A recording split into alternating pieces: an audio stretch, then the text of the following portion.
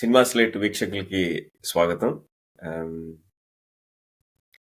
ఈరోజు మేము కొద్దిగా సాహసం చేస్తున్నామని చెప్పాలి. ఎందుకు ఈ మాట అంటున్నానంటే, మేము మాట్లాడే వ్యక్తి గురించి మాట్లాడే స్థాయి గాని, అంత అనుభవం గాని మాకు లేదు. ఆయన నిర్మించిన చిత్రాలు అజరామరం. బట్ అయినా కూడా అంత గొప్ప సినిమాలు చేసిన వ్యక్తి గురించి ఖచ్చితంగా మాట్లాడాలి. అలాంటి గొప్ప సినిమాలు ఈ తరం కాదు, ఏ తరం వాళ్ళైనా చూసి తరించి సినిమాటిక్ వాల్యూస్ గురించి మాత్రమే కాకుండా సినిమా అప్పుడున్న సామాజిక విషయాల గురించి ఆయన స్పృశించిన విధానం గాని అసలు అద్వితీయం. మాటల్లో వర్ణించలేం. బట్ అయినా కూడా మేము కొన్ని మాటల్లో చెప్పాలని మా ఈ చిన్న ప్రయత్నం. ఎక్కడన్నా చిన్న చిన్న తప్పులుంటే క్షమించండి. ఎందుకంటే అంత గొప్ప వ్యక్తి గురించి మాట్లాడేటప్పుడు మేము అందరి గురించి మాట్లాడలేకపోవచ్చేమో కానీ సో ముందుగా ఆయన గురించి చెప్పాలంటే నేను అన్నట్టు మాటలు సరిపోవు. అంటే నా స్థాయి మాటలు సరిపోవు. ఎంతో తపస్సు చేస్తే గాని యోగ సిద్ధి ప్రాప్తించదు.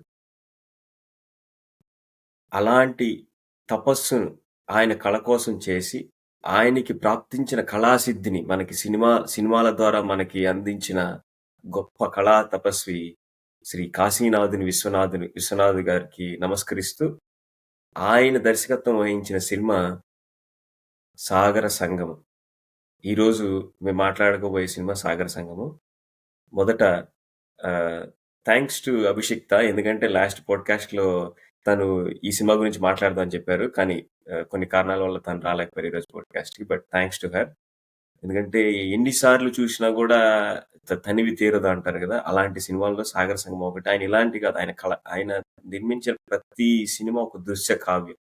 నేనన్నట్టు మనం 1980వ దశకంలోనే ఆయన అన్నీ చెప్పేశారు. బట్ ఈరోజు 2024 ఈ రోజుకి చూసినా కూడా అంటే ఎవరైనా దర్శకత్వం గురించి నేర్చుకోవాలన్నా సరే, లేదు ప్రయోగాత్మక సినిమాలు ఎలా తీయొచ్చు, అంటే ఎక్కువ బడ్జెట్లు ఉన్నా లేకపోయినా ఉన్న బడ్జెట్లోనే చెప్పాలనుకున్న విషయాన్ని ముక్కుసూటిగా ఎలా చెప్పొచ్చు అని ఆయన దగ్గర నుంచి మనం చాలా నేర్చుకోవచ్చు.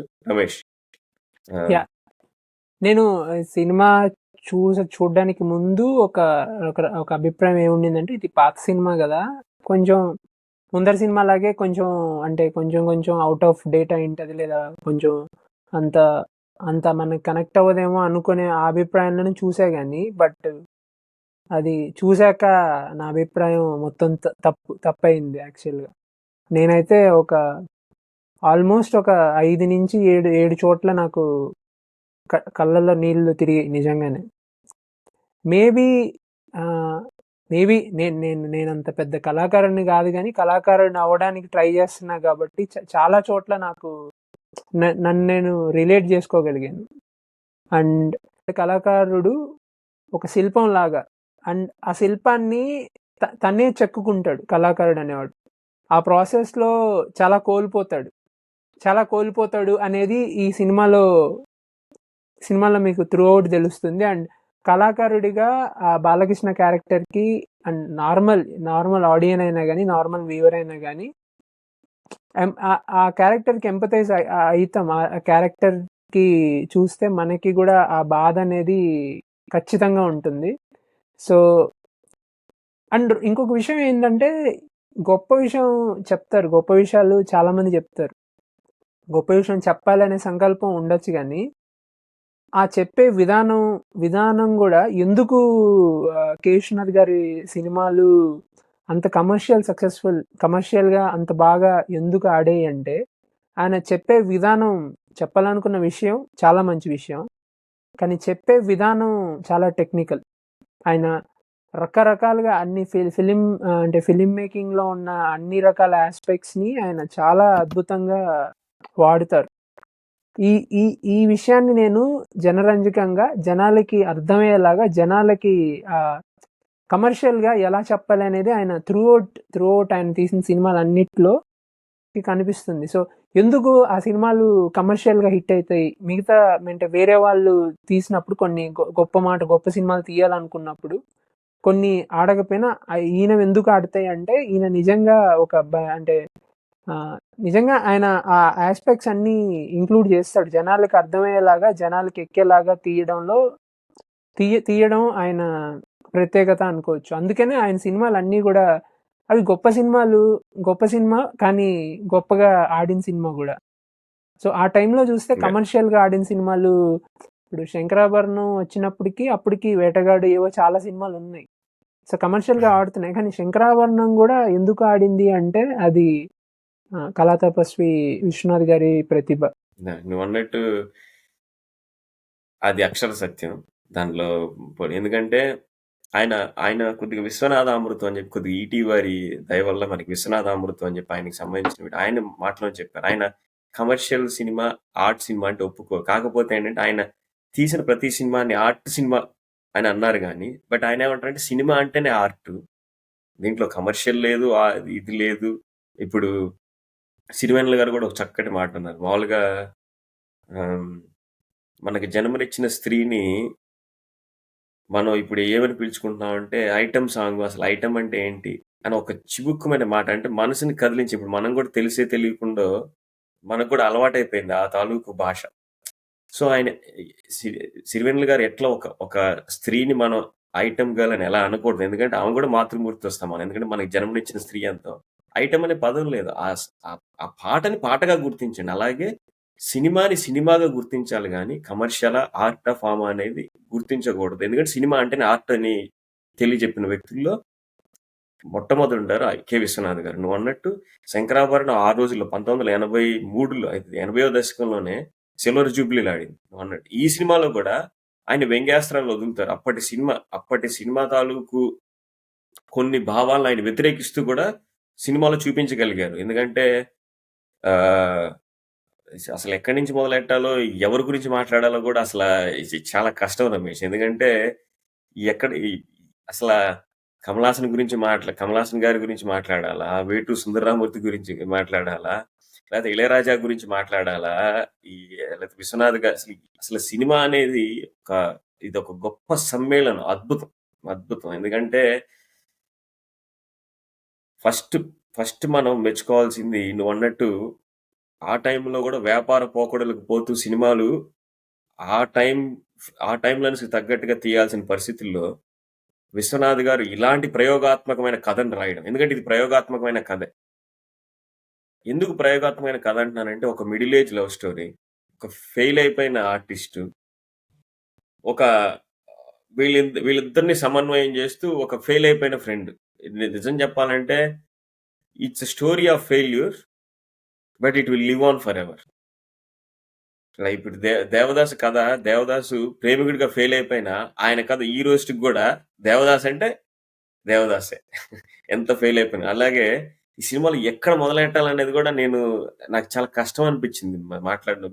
సరే, ఇంకా మొదలు పెట్టాలి కాబట్టి కమలాసన్ గారితోనే మొదలెడతాను. మొదటి ఫ్రేమ్లో అప్పటికే ఆయన స్టార్డమ్ ఉన్న హీరో, ఒక పక్క విశ్వనాథ్ గారు అప్పటికే ఒక స్టార్డమ్ ఉన్న డైరెక్టర్, ఒక పాట పెట్టి ఏదో ఒక విధంగా కాకపోతే సాదా సీదాగా రిక్షాలో కూడా కూర్చోడు ఆయన. రిక్షా నడిపే వ్యక్తి ఎత్తొచ్చిందని చెప్పి ఈయన దిగి కాళ్ళకి చెప్పులు లేకుండా, నాకు అక్కడే అర్థమైంది. నాకు కాళ్ళకి చెప్పులు లేకుండా చూపించిన విధానం ఉంటుంది చూడు. అంటే భరతనాట్య కళాకారుడు కాళ్ళకి చెప్పులు లేకుండానే ప్రదర్శించాలి. ఎందుకంటే అది దైవ ఎందుకంటే వాళ్ళు ప్రదర్శించేది నృత్యం మాత్రమే కాదు, అది సాక్షాత్ శివ నటరాజుని తత్వం కాబట్టి వాళ్ళు చెప్పులు కూడా వేసుకోరు. ఆ మొదటి సన్నివేశంతో చెప్తాడు. ఆ ఉన్న చెప్పులు కూడా ఏంటి, ఆ చెప్పులకు బొక్కలు పడిపోయి ఉంటాయి. ఆయన సిగరెట్ ఆ చెప్పు మళ్ళీ పరోక్షంగా ఏంటి, కళాకారుడే కానీ చెడు అలవాట్లకు దుర్వ్యసనాలకి అలవాటు పడ్డ ఆ కళాకారుడు ఎలా అయిపోయాడు అని అక్కడ మొదటి సీన్లోనే చెప్తాడు. అక్కడి నుంచి వెళ్ళి ఎస్పి శైలజ గారి నృత్య ప్రదర్శన వచ్చినప్పుడు ఆయన నిర్మోహమాటంగా, అంటే ఒక కళాకారుడు ఎలా ఉండాలో మనకు ఆ స్ఫూర్తి నింపే క్యారెక్టర్ అది. నువ్వు ప్రేమించిన కళ కోసం ఏది కాంప్రమైజ్ చేయొచ్చు. నీకు డబ్బు రావచ్చు, ఆమె గురించి రాస్తే నీకు డబ్బు రావచ్చు, కానీ రాయడు. ఆ ప్రొప్రైటర్ ఆయన పనిచేసేది ఆ ప్రొప్రైటర్ దగ్గర. ఆ ప్రొప్రైటర్ ఎస్పి శైలజ గారిని ప్రేమిస్తాడు. ఓకే, ఆయన ఇప్పుడు ఇతను జర్నలిస్ట్ గా ప్రొప్రైటర్ లేదా ఆడిటర్ కొడుకు కాబట్టి ఆయన చెప్పిన మాటలే రాయాలి ఈయన, కానీ అలా రాయడు. ఎందుకంటే ఈయన అంటే ఆయనకి ఆ మొదటి ఫేమ్ లోనే మనకి తీవ్రంగా మనకి ఎస్టాబ్లిష్ చేస్తారు ఏమనంటే కళ కోసం ఆయన చచ్చిపోతాడు కానీ తప్పు అయితే రాయడు. సో, నాకు ఆ మొదటి ఫ్రేమ్‌లోనే ఆయన చెప్పాలనుకున్న దాన్ని బాగా గట్టిగా చెప్పేసారని అర్థమైపోయింది నాకు. ఎందుకంటే, ఒక కళాకారుడిగా ఆయనకున్న గౌరవం, కళ పైన ఎంత గౌరవం ఉంది ఆయనకి. ఓకే. సో, ఆయన నమ్మిన కళా సిద్ధాంతం గురించి ఎవ్వరి దగ్గర కాంప్రమైజ్ అవ్వడు అనే విషయాన్ని మొదటి ఫ్రేమ్‌లోనే ఆయన చెప్పేసారు నాకు. అది ఆ చెప్పిన విధానం గాని చూపించేది చాలా స్ట్రాంగ్‌గా ఉంటది. ప్లస్ మనం ఎలివేషన్స్ కోసం సెపరేట్‌గా సన్నివేశాలు రాయాల్సిన అవసరం లేదు. ఆ అమ్మాయి చేసిన డాన్స్‌ని కరెక్ట్‌గా 4 ఫార్మ్‌లో చూపిస్తాడాయన. 4 ఫార్మ్‌లో ఎలా చేస్తారు అది గూడా ఎంత గట్టిగా చూపిస్తారంటే మనకసలు సీట్‌లోంచి లేసి అసలు ఆ సీనే అది మనకి బిగినింగ్ అవ్వడమే అని నాకదే అనిపిచ్చింది. అంటే మనం వ్యాపారాత్మక ధోరణిలో కొన్ని సార్లు అంటే ఆయా కాలమాన పరిస్థితులను బట్టి ప్రేక్షకులకు తగ్గట్టుగా సినిమాలు తీయాలి కానీ ప్రేక్షకుడు నువ్వన్నట్టు ప్రేక్షకుడికి అదే విధమైన అదే విధమైన హై ఇస్తూ బట్ ఆయన కళని ప్రెజెంట్ చేసిన విధానం ఇక ఇక నేనేం చెప్పలేనింక. అసల అంత బాగా నచ్చింది నాకసలు. సినిమా మొదలు పెట్టడమే ఇక్కడ మొదలవుతుందసలు. హ్మ్. ఆ సీన్‌లో అవును. ఈ సినిమాలో మీకు రాజేంద్ర ప్రసాద్ కనిపిచ్చాడా? వాయిస్. యాహ్! కరెక్ట్. రాజేంద్ర వినిపిస్తాడు. ప్రసాద్ గారి వాయిస్ వస్తది. అవును. ఆ వినిపిస్తాడు. యాహ్!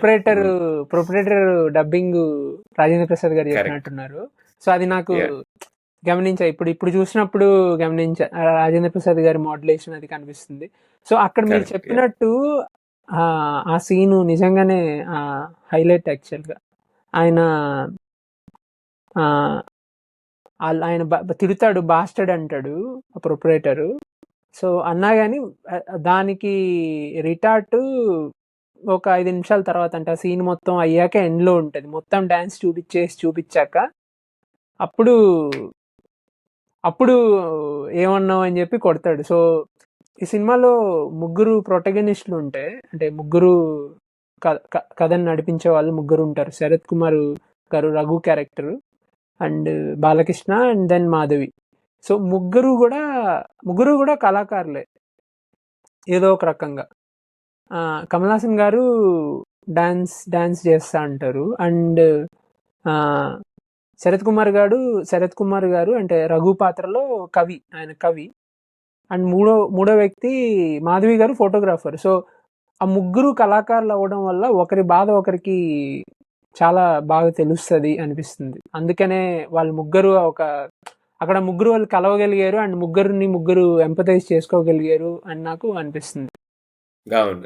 నేను యాక్చువల్‌గా నేను 'సాగర సంగమం' అసలు ట్రూ మీనింగ్ ఏంటి? అంటే మనకి మన వేటూరి గారికి పాదాలకు నమస్కారం. ఎందుకంటే ఆయన సాహిత్యం ఈ కొలమానం లేనిది. ఎందుకంటే లాస్ట్‌లో వేదం అణువణువున నాదం అని చెప్పి మన ఎండ్ కార్డ్‌లో వస్తుంది సాంగ్ ఇది మనకి. ఇప్పుడు తలుచుకున్నా కూడా అసల అంటే ఆహ్, భా భావోద్వేగంతో కాదు, భాషోద్వేగంతో నా కళ్ళెమ్మట నీళ్లు చెమరుస్తున్నాయి. ఎందుకంటే అంత గొప్ప పాట రాశారు. అసలు ఈ పాటని కూడా అనలేను నేను. ఎందుకంటే అట్లా రాశారాయన. నేను దాని గురించి కొద్దిగా రీసెర్చ్ చేద్దాం అని చెప్పి అసలు ఏంటి 'సాగర సంగమం' అని పెట్టడానికి ఏంటని చెప్తే ఒకళ్ళు యాక్చువల్‌గా కావ్య ఉప్పల గారు అని చెప్పి ఒకళ్ళు బ్లాగ్ రాశారు. 2023లో రాశారు. యాక్చువల్‌గా ఆమె నువ్వన్నట్టే ఈ మనకి ముగ్గురు కళాకారులు ఉంటారు ఇక్కడ. ఒకటి బాలకృష్ణ గారు, కమల్ హాసన్ గారు రాశారు పాత్ర అది. ఇంకోటి మాధవి గారు, జయప్రద గారిది. ఇంకొకటొచ్చి మన శరత్ బాబు గారిది రఘు. సో, కమల్ హాసన్ గారేమో కళ కోసం ఎటువంటి కాంప్రమైజ్ చేయకుండా త్రూ ఔట్ ఆయన చనిపోతాడు గానీ కళ కోసం కాంప్రమైజ్ చేయడు. తను నమ్మిన సిద్ధాంతం గురించి. ఇంకొకళ్ళకేమో బాగా ఆస్తిపరులు. Well of. బట్ ఆమెకు కూడా కళాతృష్ణ ఉంది లోపల. ఆమె వెల్ ఆఫ్. కాకపోతే ఏంటంటే ఓకే. ఆమె తాలూకు భావాల్ని వ్యక్తీకరించినా ఓకే. వ్యక్తీకరించకుండా గూడా ఆమెకి నడిచిపోతుంది. సో, కాకపోతే ఏంటి ఆమెలో గూడా ఒక కళాకారుడు దాగివున్నాడు. మూడో అతనికి ఆయనది నిత్య యుద్ధం. మూడో అతను నిత్య యుద్ధం అని ఎందుకంటున్నానంటే ఆయనకి తినడానికే తిండి లేదు. బట్ గొప్ప రచయిత. ఆయన ఎప్పుడు కళాకారుడని ఎప్పుడూ చెప్పుకోడు. ఈ మిగతా 2 క్యారెక్టర్‌లు ఆయన గురించి చెప్పాల్సిందే గానీ, కాకపోతే ఏంటంటే ఆయన నిత్య జీవన సంగ్రామంలో ఆయన కళను వదిలేసుకోవాల్సొచ్చింది. బట్ కళను వదిలేసుకున్నా గూడా ఆయన తాలూకు కళను ఎక్కడ ప్రదర్శించాలనుకోడు. అట్లని జెప్పి కళాకారుడు. సో, ముగ్గురు 3 పాత్రలు. అంటే ముగ్గురు కళాకారులే. కానీ వాళ్ళు కళను ప్రేమించే విధానం వేరే వేరే స్థాయిల్లో ఉంది. ముగ్గురు కళాకారులే. ఒకడేంటంటే నాకు తిండి లేకపోతే నేను చచ్చిపోతాను గానీ, నేను మాత్రం దీనికోసమే ఉన్నాను అని ఒక అతను. ఇంకొక అతను ఏంటంటే ఓకే. కానీ ఈ జీవన ఒడిదుడుకుల్లో నాకు తప్పదు అని చెప్పి రఘు గారు. మాధవి గారు ఏంటంటే కళని ప్రోత్సహించాలన్న ఉద్దేశం ఉంది కానీ కళని మెయిన్ స్ట్రీమ్ తీసుకోలేదు. అంటే ఇప్పుడు మనలో కూడా చాలా మంది ఉంటాం మనం. ఈ 3 క్యారెక్టర్‌లోనే ఉంటాం మనందరం. ఒకటి లోపల ఉన్న మనిషి వేరే ఉంటాడు. కానీ మన నిత్య జీవితంలో ఏంటి ఉద్యోగము, పెళ్లి, పిల్లలు ఈ సంగ్రామంలో ఏమవుతుందంటే కొన్ని అణిగిపోతాయి. అంటే నేను తప్పు, ఒప్పులని నేను చెప్పట్లేదు. ఎందుకంటే వాళ్ళ పరిస్థితులను బట్టి. ఎందుకంటే ఫస్ట్ భుక్తి ఉంటేనే ఏదన్నా. కానీ భుక్తిని కూడా వాళ్ళు వద్దనుకొని కొంతమందే ఉంటారు యోగుల టైప్‌లో అలాంటి కళాయోగుల గురించి అలాంటి కళాయోగులకు సంబంధించిన వ్యక్తి మన విశ్వనాథ్ గారు కూడా నేను మొదట ప్రస్తావించినట్టు. సో ఈ 3 క్యారెక్టర్‌లని మనకి సినిమా మొత్తం చూపిస్తుంది. అంటే అందరిలో కళలు దాగి ఉంటాయి. వారి ప్రేమ స్థాయిని బట్టి దాన్ని వెలుగులోకి తీసుకురాగలం. కాకపోతే బాలకృష్ణ పాత్రలో ఇంకో పార్శ్వం ఎలా ఉంటదంటే, కళ అంటే ఇష్టం. కానీ ఈజ్ ఎ ఫెయిల్యూర్ ఆర్టిస్ట్. ఒక ఫెయిల్యూర్ ఆర్టిస్ట్‌గా అంటే గొప్ప కళాకారులు ఇప్పుడు మన సమాజంలో కూడా చాలా మంది పాటలు పాడగలరు ఉంటారు. కానీ వాళ్ళకి సరైన ప్లాట్‌ఫార్మ్ దొరక్క గుర్తింపు దక్కకపోవచ్చు. సో, ఆ విధంగా కళాకారులు సప్రెస్ అయిపోతారు. అలాగే ఈయనకేమైంది? ఈయనకి కూడా ఆ గుర్తింపు జరిగే టయానికి ఆయన జీవితంలో కొన్ని అనుకోకుండా జరిగిన సంఘటనల తాలూకు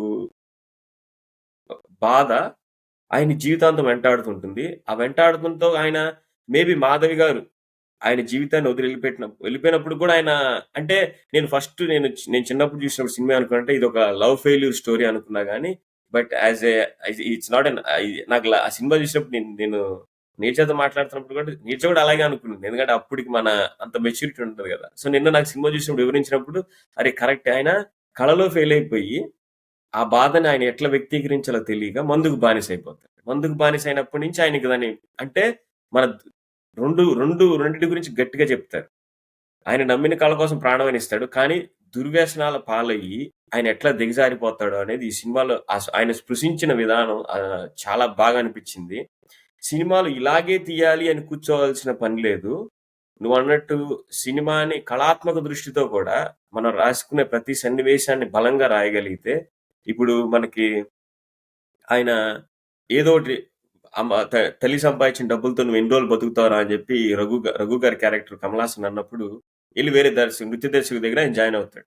కానీ ఆయన మనసు ఇప్పుడు ఆయన కంపోజ్ చేసిన వేల ఆ పాట రాసినప్పుడు సో ఆయన ఏమంటాడు నాకు మోడర్న్ స్టెప్స్ కావాలి ఈవెంట్ నువ్వు ఇది మన కూచిపూడి వేస్తున్నావు భరతనాట్యం వేస్తున్నావు అని చెప్పి ఆయన కించపరుస్తుంది. మనకు అక్కడే అర్థం అవుతుంది. అంటే ఆయనకి వాళ్ళ అమ్మ సంపాదన పైన ఆధారపడి బతకాలన్న ఉద్దేశం లేదు. At the same time okay అక్కడన్నా కాంప్రమైజ్ అవుతాను. ఓకే మా అమ్మ డబ్బులు ఇచ్చినా కూడా నేను కాంప్రమైజ్ అవుతాను కానీ నా కళను మాత్రం నేను తగ్గించును అని చెప్పి ఆయన ఎమ్మంటే అక్కడి నుంచి ఆయన మానేసి వెళ్ళిపోతాడు చూడు. అసలు ఇక సూపర్ ఈ సన్నివేశం కానీ ఇప్పుడు ఆ సీన్ గురించి మాట్లాడుకుంటే ఆ సీన్ లో బేసిక్ గా బాలకృష్ణకి నిజమైతే ఆయన నైజం అది కల్లో ఉండొచ్చు ఎక్కడైనా ఉండొచ్చు. అండ్ ఇంకొక పాయింట్ మీరు చెప్పినట్టు మన అందరిలో కూడా కళ ఉండొచ్చు లేదా మనకి ఇష్టమైన పని ఏదైనా ఉండొచ్చు. మన చుట్టూ ఉన్న వాళ్ళు ఎవ్వరూ ప్రోత్సహించరు. సినిమాలో వాళ్ళ అమ్మ ప్రోత్సహిస్తుంది, ఫ్రెండ్. సో బయట నిత్య జీవితంలో కూడా ఎవరో ఒక ఫ్రెండ్ లేదా వాళ్ళు కూడా కళాకారుడు అయ్యింటే లేదా ఇప్పుడు మా నాన్న ఆల్రెడీ కళాకారుడు అయ్యింది ట్రై చేసి ఉంటే అప్పుడే అర్థమవుతుంది. కానీ అదర్వైజ్ నిత్య జీవితంలో ఎవ్వరు కళాకారుడు అవ్వాలనుకునే వాళ్ళని లేదా వాళ్ళ ప్యాషన్ ఏదైనా ఫాలో అవ్వాలనుకునే వాళ్ళని పక్కా ప్రోత్సహించరు. సో ఇది నేను నా జీవితంలో చూసింది అండ్ చాలా మంది జీవితంలో చూస్తున్నది. సో ఈ విషయం పక్కన పెడితే ఆ పాట చాలా అద్భుతమైన పాట అండ్ అసలు చాలా వినసొంపుగా ఉంటుంది. లిరిక్స్ కానీ ట్యూన్ కానీ అన్నీ అద్భుతంగా ఉంటాయి. అలాంటి పాటని విశ్వనాథ్ గారు కైండ్ ఆఫ్ ఏమంటారు ట్రోల్ అనొచ్చా లేదా ఒక రకమైన విమర్శ అనుకోవచ్చు. వ్యంగ్యంగా విమర్శిస్తున్నారు. అంత మంచి పాటకి మీరు ఎంత స్టెప్లు ఇలాగ వేపిస్తున్నారు అని చెప్పి. అండ్ పాట ఒక సగం వచ్చిన తర్వాత అప్పటి కాలంలో ఉన్న స్టెప్స్ ని ఆయన అనుకరించేలాగా ఏదో చేస్తాడు. ఆల్సో ఆ కొరియోగ్రాఫర్ ఇది వాంటెడ్ గా పెట్టేదేమో అనుకుంటది. ఆ కొరియోగ్రాఫర్ గారి కుక్క పేరు మైకెల్ అనమాట. ఆ కుక్కకి ఏవో బిస్కెట్లు విసిరేయడానికి ఆయన వెనకాల వెళ్తా అంటాడు. ఇది కైండ్ ఆఫ్ పాశ్చాత్య ఆ ధోరణిని ఆయన కరెక్ట్. ఇండైరెక్ట్ గా ఆయన పెట్టాడేమో, దాన్ని విమర్శగా పెట్టాడేమో అనిపిస్తుంది. బట్ ఆ పాట వెరీ గుడ్ పాయింట్ మాత్రం రమేష్. కరెక్టే. యా యా నేను అనుకున్న మైకిల్ అనుకున్నా కానీ బట్ నీ అంత లోతుగా ఆలోచించాలి కానీ బట్ ఆలోచిస్తే correct. Very good point. Yeah yeah ఆయన ఇప్పుడు విశ్వనాథ్ గారు నైజం కూడా అదే, డైరెక్ట్ గా ఏది చెప్పరు, డైరెక్ట్ గా తిట్టాలనుకున్నా తిట్టరు ఎవరిని, తిట్టాలనుకున్నా కానీ అంటే విమర్శ చేయాలనుకున్నా కానీ అది ఒక రకమైన చాలా అది మనకి గుచ్చుకుంటది కానీ నొప్పి తెలియదు, అలాంటి విమర్శ చేస్తారు. సో అది నాకు నచ్చింది. అండ్ ఆ పాట నేను ఇప్పుడు చిన్నప్పుడు విన్నప్పటి నుంచి ఇప్పటి వరకు కూడా ఆ పాట వినడానికి చాలా బాగుంటది. ఇళయరాజా గారు ఉన్న పాటలు అన్నిట్లో కూడా, మిగతా పాటలన్నీ కూడా గొప్ప పాటలు, గొప్ప మీనింగ్ ఉంటది, అన్నీ ఉంటది, కానీ ఇది చాలా సరదాగా కృష్ణుడి మీద పాట కదా, కృష్ణుడి మీద పాట అండ్ చాలా చాలా మంచి ట్యూన్ ఉంటది. అండ్ కైండ్ ఆఫ్ ఆ కాలంలో వచ్చిన ఒక మంచి కమర్షియల్ పాటలు ఎలా ఉంటాయి అలా, పాట ఎంత బాగున్నా కానీ, ట్యూన్ ఎంత బాగున్నా కానీ, చిత్రీకరణలో చెరగొడుతున్నాం అనేది అది ఇప్పుడు జరుగుతుంది, ఎప్పుడు జరుగుతుంది. బట్ దాన్ని ఆయన బాగా ఆ విమర్శని బాగా చేశారు అనిపించింది. నాకు ఇంకొక సీన్ కూడా బాగా ఇష్టం యాక్చువల్లీ. ఇప్పుడు నేను చెప్తే కొద్దిగా అతిశయోక్తి అనిపించవచ్చు కానీ బాలకృష్ణని మాధవి గారు ప్రోత్సహిస్తూ ఆయన్ని ఇండియన్ నేషనల్ డాన్సింగ్ కాంపిటీషన్ కి ఆ సీన్ ఉంటుంది ఇప్పుడు అయితే అసలు ఆ సీన్ అయితే ఆమె బుక్ తీసుకొని వచ్చి ఇస్తుంది, ఇచ్చాక ఒక్కొక్కరి పేరు చదువుతా ఆయన ఈయన కూడా చాలా మంచి డాన్సర్ అంటే, ఫైనల్ గా ఆయన పేరు వచ్చినప్పుడు ఆయన షాక్ అయ్యి అలాగే చూస్తా ఉంటే వెనకాల నుంచి జయప్రద గారు అంటే ఆ మాధవి క్యారెక్టర్ మాధవి ఏముంటుందంటే ఈయన కూడా చాలా మంచి డాన్సర్ అని చెప్పి అంటది అనమాట. సో ఆయన కరెక్ట్ గా వెంటనే ఆయన చేయబట్టుకొని ఇలాగా అదే ముద్దు పెట్టడమో ఏదో చేస్తారు, చేయబట్టుకొని అలా చేస్తారు. మీరు చెప్పినట్టు ఇక్కడ ఇదే ఈ ప్రోత్సాహం నిత్య జీవితంలో ఎవరికైనా వస్తే అది అద్భుతమైన ఏమనొచ్చు, అద్భుతమైన ఘట్టం జీవితంలో. ఇలా ఎవరైనా నిన్ను ప్రోత్సహిస్తే. బట్ ఆ సీన్ మీరు చెప్పినట్టు అది హైలైట్ సీన్. అది హైలైట్. నాకు ఆ సీన్ లో ఏంటంటే నిజంగా మన మేస్ట్రో ఇళయరాజా గారికి పాదాలకు నమస్కారం చేయొచ్చు ఆయనకి. అసలు ఆ సీన్ వెనకాల మన మేస్ట్రో బ్యాక్గ్రౌండ్ వస్తుంది. అసలే ఈ సీన్ చాలా వెయిట్ ఉంది, మన వల్ల కాదు అనుకుంటే ఇంకా ఆయన ఇక్కడి నుంచి మళ్ళా ఇక్కడుంది సీన్ అంటే ఇక్కడి నుంచి మళ్ళా ఆయన తారాస్థాయికి తీసుకెళ్తాడు. అసలు ఎమోషన్ నువ్వు నమ్మవు. 6 ఏళ్ల పాపకు కూడా అర్థం అవుతుంది ఆయన ఎంత గొప్ప నటుడు అంటే. ఇది అందుకే అన్నాను, ఇది చెప్తే అతిశయోక్తి అనిపిస్తుంది. అంటే 6 ఏళ్ల పాపకి ఏం తెలుస్తుంది చెప్పు. 6 ఏళ్ల పాప కూడా పక్కన కూర్చుని అంజన ఏమంటది, ఆయన చాలా బాగా యాక్ట్ చేస్తున్నాడు నాన్న నిన్నమాట. ఈ కమలాసన్ గారి గురించి ఏం చెప్పాలి, ఇంక మనం అబ్బా కమలాసన్ అనాల్సిందే కానీ ఇంకా మనం ఆయన్ని ఏం చెప్తాం చెప్పు అసలు. అబ్బో ఇక నట విశ్వరూపం అని చెప్పొచ్చు. ఈ సినిమా ఆ సినిమా కాదులే ఆయన. ఎందుకంటే కొన్ని సన్నివేశాల్లో ఫస్ట్ సీన్ కాడి నుంచి ఎస్పెషల్ నాకు బాగా నచ్చిన సన్నివేశాలు ఇంకొకటి ఉంది. ఈయన వాళ్ళ ప్రియురాల గురించి కొద్దిగా అదే విమర్శిస్తూ రాశాడని చెప్పి వాళ్ళ ఫ్రెండ్ని ఉద్యోగంలో తీసేస్తారు కదా, శరత్ బాబు గారిని ఉద్యోగంలో తీసేస్తారు. నేనేమనుకున్నాడు మొదటి చూసినప్పుడు ఓకే ఈయన ఉద్యోగం పోయింది అనుకున్నా విమర్శించినందుకు. వాళ్ళ ఫ్రెండ్ని తీసేసినప్పుడు ఇక్కడ జంధ్యాల గారి మాటలు పడతాయి. అబ్బాబాబాబా ఆయన అంటే ఒక్క మాట అయితే నా హృదయాన్ని కదిలించి, ఏంటంటే పంచేంద్రియాలనే కాదు ప్రపంచాన్ని కూడా రాయిలా నిలబెట్టేవాడు ఋషి. ఓకే, రాయిలా ఉన్న ప్రపంచాన్ని అహల్యలా మార్చేవాడు మనిషి అని చెప్పి జంధ్యాల గారు మాట రాశారు అక్కడ. అలాంటి గొప్ప రచయిత నా ఫ్రెండ్ అంటే అసలు నాకు లిటరల్ గా గూస్ బంప్స్ వచ్చినాయి. అంటే అంత అంటే అలా వాళ్ళ ఫ్రెండ్ రచయిత అని ఒక మొక్కలు గొప్ప రచయిత అని చెప్పడం వేరే, ఇంత పెద్దదని చెప్తాడు. అంటే ప్రపంచాన్ని ఇద్దరు గొప్పవాళ్ళే, పంచేంద్రియాలను రాయిలా చేసేస్తారు. అంటే ఆయనకి ఎటువంటి సెన్సెస్ ఉండదు యోగికి. అలాంటి రాయిని మనిషిలా మార్చాడు రాముడు. అలాంటి ఆయన రాముడు అని చెప్పకుండా మనిషిరా, ఇంత పెద్ద కవిత్వం రాసిన వాడురా నా ఫ్రెండ్, అంత గొప్ప రచయితని నువ్వు 2 తప్పులు చేసావు. ఒకటి, వాడిని ప్రూఫ్ రీడర్ గా పెట్టినావు, అది మొదటి తప్పు.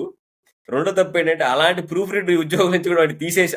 నాకు జంధ్యాల గారి మాటలో నాకు మళ్ళీ జంధ్యాల గారు వచ్చేసరికి కూడా చెప్తున్నాను. ఎందుకంటే ఎంత పెద్ద భావ కవిత్వ అని చెప్తారో అదే విధంగా హ్యూమర్ తీసుకొస్తారు. ఫస్ట్ మనం 2 తప్పులు చేసాం, ఏమనుకుంటాం, రెండో తప్పు ఏమనుకుంటాం, అరే ఇంకేదో చెప్తాడరా అనుకుంటాం. రెండో తప్పు వచ్చి నువ్వు ఆయన ఆ ఉద్యోగం నుంచి కూడా తీసేస్తావు చూడు, అది ఇంకో చేసిన రెండో తప్పురా అంటాడు చూడు. నాకు అసలు ఎట్లా ఈ పదాల సమ్మేళనం ఉంటుంది చూడు. ఒక పక్కేమో అంత పెద్ద భావ కవిత్వం రాస్తారు, అదే విధంగా మళ్ళీ హ్యూమర్ తీసుకొస్తాడు లైన్. ఆ సన్నివేశం పండించిన విధానం కానీ, ఇంకొక శరత్ బాబు గారి పాత్ర కూడా త్రూ అవుట్ ఏది ఏమన్నా అయిపోయినాయి. ఆయన పెళ్లి చేసుకున్నాడు, పెళ్లి కాకముందు బ్రహ్మచారిగా ఉన్నప్పటి నుంచి ఆయన ఫ్రెండ్ వేలు ఎలా పట్టుకున్నాడో చివరి సన్నివేశం వరకు, ఆయన శివేక్యం పొందేంత వరకు కూడా ఆయన వేలు వదలడు. అలాంటి గొప్ప స్నేహితుడు మనకి జీవితంలో ఒక్కడుంటే చాలు. ఒక్కడు చాలు మనకి, 10 మంది కూడా అవసరం. ఒక్క గొప్ప స్నేహితుడు ఉంటే చాలు మనకి. అంత హృదయంగా ఆయన, మన శరత్ బాబు గారు చాలా సటల్ గా ఉంటుంది ఆయన యాక్టింగ్. ఎక్కడ ఆయన, మన కమల్ హాసన్ గారి యాక్టింగ్ చూస్తే ఇక ఈ మనకి వేవ్స్ ఇంక ఎట్లా వెళ్తుంటాయి, బట్ శరత్ బాబు గారు ఒక సటల్నెస్ ఉంటుంది. సినిమా అంతా సటల్ గా ఉంటారు. ఆయన నవ్వించిన, ఆయన ఏడిపించిన సన్నివేశాల్లో మాట్లాడిన, అసలు ఎంత సటల్. ఇక జయప్రద గారు, నాకు అదే ఎందుకు ప్రయోగాత్మకమైన సినిమా అంటే మధ్య వయస్కురాలు ప్రేమని ఆ టైంలో 1983లో చూపించడం అనేది చాలా గొప్ప సాహసం అంట. నేను అప్పటికి మనం స్త్రీ పురుష భేదం అప్పటికి చాలా ఎక్కువ ఉంది, మనం ఇప్పటికి కూడా ఉంది. ఇప్పుడు నేనేం మాసిపోయిందని చెప్పలేదు, కానీ అప్పటికే ఆయన ఆ సినిమా తీసాడంటే ఇప్పుడే తారతమ్యాలు ఇప్పుడిప్పుడే కొద్దిగా తగ్గుతున్నాయి. అంటే ఓకే, ఇప్పుడు అందరం మన స్త్రీ పురుషులు అందరం సమానులం, అంటే అందరూ ఒకటే అన్న స్థాయికి ఇప్పుడిప్పటికి మన అవగాహన పెరుగుతుంది. ఆ టైంకి ఆయన అంత గొప్పగా రాశారంటే, ఇక అదే చెప్తున్నా, మనం ఇంకా మాట్లాడితే రోజంతా మాట్లాడచ్చు. ఆయన తీసింది 2 గంటల 43 నిమిషాల సినిమా అయినా కూడా రోజులు కాదు. ఇది ఒక థీసిస్. ఒక రీసెర్చ్ చేస్తే ఎస్పెషల్ ఎవరైనా సినిమా తీయాలనుకున్న వాళ్ళకి ఇది ఒక పక్కా థీసిస్. సాగర సంగమే కాదు, ఆయన నిర్మించిన కళాఖండాలని థీసిస్. సినిమా ఇలాగే తీయాలి అన్న ధోరణి నుంచి బయటకు వచ్చి ఇలాగా తీస్తూ కూడా మనలో ఉన్న కళాత్మక దృష్టిని మనం ఏ మాత్రం కాంప్రమైజ్ కాకుండా చెప్పాలనుకున్న దాన్ని ముక్కుసూటిగా చెబుతూ సినిమాని ఎలా గొప్పగా తీయాలి. అసలు సన్నివేశాలు కూర్చున్న విధానం కూడా అలాగే ఉంటుంది మనకి. ఎస్పెషల్లీ మనకి ఆయన ప్రేమని చెప్తాడు చూడు, విశ్వనాథ్ గారి మాటలను చెప్పాడు అన్నమాట. ఆయన నేను మీ తోడుంటా. నాకు ఇక్కడ ఒక విషయం నాకు ఎట్లా చెప్పాలో అనిపించింది మనం మాట్లాడేటప్పుడు. ఇప్పుడు జయప్రద గారు ఆ బాలకృష్ణ గారిని అభిమాని అంటాను నేను, ఆయన ప్రేమించారని చెప్పండి నాకు. ఎందుకంటే నాకు అదే అనిపించింది, ఎందుకంటే ఆమె గొప్ప అభిమాని ఆయనకి. ఇప్పుడు మనం కూడా మన లైఫ్ లో ఇప్పుడు లెట్స్ సే ఇప్పుడు నాకు పెళ్ళయింది అనుకుందాం, నేను ఒక హీరోయిన్ అభిమానిస్తున్నాను, అంత మాత్రం ఆవిని పెళ్లి చేసుకోవాలి లేదా ఆయన పెళ్లి చేసుకోవాలని కాదు. ఆయన అభిమానం అంటే విపరీతమైన అభిమానం. చొక్కాలు దించుకుంటాను, పాలు పోస్తాను, ఏమైనా చేస్తాను, కానీ నా పర్సనల్ లైఫే కదా. ఆ తారతమ్యం ఉంటుంది చూడు, ఆ డిఫరెన్స్ చాలా వెల్ ఎస్టాబ్లిష్డ్ అనిపించింది నాకైతే. నాకే అనిపించింది, నా పర్సనల్ గా అనిపించింది. మరి నీ అభిప్రాయం ఏంటో నాకు తెలియదు, కానీ నాకు అలా అనిపించింది రమేష్ యాక్చువల్ గా. అది చాలా, వాళ్ళిద్దరి మధ్యలో రిలేషన్షిప్ అనేది చాలా ఏమంటారు, మెచ్యూర్ గా చాలా బాగా చూపించారు. అండ్ అది ఏంటంటే ఫుల్ గా నిన్న గ్లాసు కొంచెం కూడా తొనకకుండా దాన్ని ఎలాగా అలా తీసుకెళ్తారో అలాగా వాళ్ళిద్దరూ గాని, ఆయన కొంచెం ఎక్కువ అవ్వలేదు, ఆమె కొంచెం అలా ఎక్కువ అవ్వలేదు. సో నేను కొంచెం వెనక్కి వెళ్తా, మీరు జంధ్యాల గురించి మాట్లాడారు. సో జంధ్యాల గురించి మాట్లాడినప్పుడు దాంట్లో ఆ ఫోటోలు తీస్తాడు ఓ పిల్లోడు, చక్రి అని పిల్లోడు. అప్పుడు నేను ఒక భంగిమ పెడతాను రా అంటే, భంగిమ ఆకలేస్తుంది, పెట్టు అంటాడు. ఇదంతా కూడా మేబీ కే విశ్వనాథ్ గారికి కూడా మంచి సెన్స్ ఆఫ్ హ్యూమర్ ఉంది, ఆయన ఇంటర్వ్యూలో చూస్తే మీకు తెలుస్తుంది. అండ్ ఆ ఫోటోలన్నీ కూడా ఒక్కో ఫోటోలో ఒక కాలు చేతులు ఉంటాయి. అండ్ ఆయన వ్యక్తపరుస్తాడు ప్రేమని, కానీ తనకి ప్రేమ ఉంటది, తను ఆ విరహం ఫీల్ అవుతూ ఉంటది. బట్ తను ఎక్స్ప్రెస్ చేసే టైంకి మనకి సినిమాటిక్ గా ఒక ప్లాట్ పాయింట్ వస్తుంది. అది ఇక్కడ వచ్చిన అంటే నేనేమనుకున్నానంటే, సారీ రమేష్, ఇక్కడ చెప్పండి. ఆమెకి మొదట్లో ఆయన పైన ఎటువంటి ప్రేమ ఉండదు. నేను అందుకే చెప్పిన, ఆయన అభిమానం వేరే ప్రేమ వేరే అని ఎందుకు నేను ఎగ్జాంపుల్ చెప్పాను. ఆయన అభిమానిస్తుంది, విపరీతంగా అభిమానిస్తుంది. ఆయన చెప్పినప్పుడు ఆమెకు ఒక రకమైన ఆందోళన కలుగుతుంది మనసులో. ఓకే, ఆయన ఆనందం కంటే ఆందోళన. నువ్వు ఎందుకంటే మనకి ఎస్పెషల్లీ ఆమె పెళ్లి శుభలేఖ చూసినప్పుడు నేను శుభలేఖ అసలు మనకి ఎలా ఉంటుంది, మనకి గ్రిప్పింగ్ గా ఉంటుంది. అసలు ఏంటి ఈయన ఏం చెప్తాడు ఏంటి, అప్పుడే పెళ్లి శుభలేఖలు కూడా తీసుకొచ్చి, కానీ అక్కడ రఘు సుమతి పేర్లు చూసినప్పుడు ఆమె చాలా రిలాక్స్ ఫీల్ అవుతుంది. గమనించావు నువ్వు? అప్పుడు మనకు సినిమాలో ఒక థ్రిల్లింగ్ కూడా ఉంటుంది. యాక్చువల్ గా ఇంత పెద్ద గొప్ప కళా చిత్రంలో మళ్ళీ ఒక సస్పెన్స్ థ్రిల్లర్ కూడా నడుస్తూ ఉంటుంది మనకి. ఎస్పెషల్లీ ఆమె ఎందుకు యాక్సెప్ట్ చేయట్లేదు ఏంటి నేను మొదట్లో ఏమనుకున్నానంటే, వాళ్ళ అమ్మగారు ఏదన్నా ఇదైపోయారో, వాళ్ళ నాన్న అంటారు గుర్తుందా, ఇప్పుడేమో ఈయన వాళ్ళ నాన్నగారు ఆ డాక్టర్ మాట్లాడుకుంటారు ఇద్దరు కూర్చొని అరే నేను చాలా రోజుల తర్వాత మాధవి నేను సంతోషంగా చూస్తున్నానని చెప్తాడు. వాళ్ళ నాన్నగారికి డాక్టర్ చెప్తాడు, అవునరా అయినా కానీ ఇప్పుడు ఏదో ఈ ఫోటోలు ఇవన్నీ తిరుగుతుంది, ఏమవుద్దు అంటే కనీసం ఇప్పుడు సంతోషంగా ఉంది, దానికి నువ్వు బాధపడద్దురా అని చెప్తాడు అనమాట.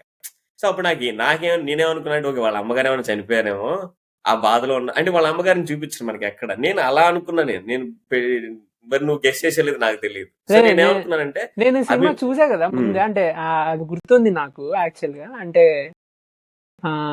గుర్తుంది. బట్ నాకు యాక్చువల్ గా ఆయన వస్తాడు అనేది నేను ఇప్పుడే చూసా. ఆయన వస్తాడు ఆ సీన్ నేను ఫస్ట్ టైం అప్పుడు చిన్నప్పుడు ఎప్పుడో చూసినప్పుడు అది గమనించలేదు అనుకుంటా. నేను ఇప్పుడు చూసా. ఆమె పరిగెత్తుకుంటా వస్తే వాళ్ళ హస్బెండ్ అక్కడ కూర్చొని ఉంటాడు, అంటే వాళ్ళిద్దరి మధ్యలో ఆయన కూర్చొని ఉంటాడు. బట్ నాకు అంటే ఇది సినిమాటిక్ గానే అనిపించింది అదొక్కటి. కొంచెం ఆయన ఎన్ని రోజులు వాళ్ళ నాన్న చనిపోయాక వచ్చారు, అండ్ చనిపోయే ముందు వరకు వాళ్ళ నాన్న మాట విన్నాను అని చెప్పి. యాక్చువల్గా ఒక విషయం ఏంటంటే, ఈయన సినిమాలన్నిట్లో కూడా, కేశవనాథ్ గారి సినిమాలన్నిట్లో కూడా మనుషులు కొంచెం ఎక్కువ మంచోళ్ళు ఉంటారు. ఆల్రెడీ ఉన్న మనుషులు ఉంటారు, అందరూ మంచిగానే ఉంటారు. ఎవరికి తగినట్టుగా వాళ్ళు మంచోళ్ళుగా ఉంటారు. కానీ ఈయన విశ్వనాథ్ గారి సినిమాల్లో కొంచెం ఎక్కువ మంచోళ్ళు ఉంటారు. ఇప్పుడు ఆయన ముందర వాళ్ళ నాన్న, నేను మా నాన్న కోసం మా నాన్న మాటకి ఎదురు చెప్పలేక తప్పు చేశాను, బట్ ఇప్పుడు మా నాన్న లేరు అందుకని వచ్చాను అంటాడు. నాకు రెండు చోట్ల ఈ స్క్రీన్ ప్లే గానీ ఇది కొంచెం ఆ బలం తగ్గింది అనిపిస్తుంది. బట్ ఆయన విమర్శ చేయట్లేదు కానీ నాకు అనిపిస్తుంది ఆ చోట గానీ లాస్ట్ లో ఇంకో అక్కడ పెట్టడానికి నా జస్టిఫికేషన్ ఏమనిపించిందంటే, భారతీయ వివాహ బంధానికి ఆయన ట్రిబ్యూట్ ఇస్తూ నాకు ఆ సీన్ తీసినట్టు అనిపించింది నాకు. ఎందుకంటే ఓకే, ఆమెకు అప్పుడు దాకా ప్రేమ ఉండదు, అభిమానం ప్రేమగా మారే సన్నివేశం అది. యాక్చువల్గా అభిమానం ప్రేమగా మారే సన్నివేశంలో అప్పుడే ఆ పాట వస్తుంది కదా, మౌనమేలనో. ఆ పాటలోనే ఆమె అభిమానం ప్రేమగా మారుతుంది. అప్పటి వరకు నేను ఓకే ఆయన అభిమానిగా చూస్తాను. ఎందుకంటే ఆమె ఎప్పుడు, ఎస్పెషల్లీ ఆమె చదువుకున్న వ్యక్తి కాబట్టి మగవాళ్ళతో మాట్లాడడం ఇవన్నీ పెద్ద విషయం ఏం కాదు, మనకు అట్లే చూపిస్తాడు. ఆమె చనువుగా ఉంటుంది. ఇప్పుడు అట్లని చెప్పి అందరితో అని కాదు, బట్ అభిమానం చనువు రెండు కలిసి కూడి ఉంటాయి ఈయన పైన.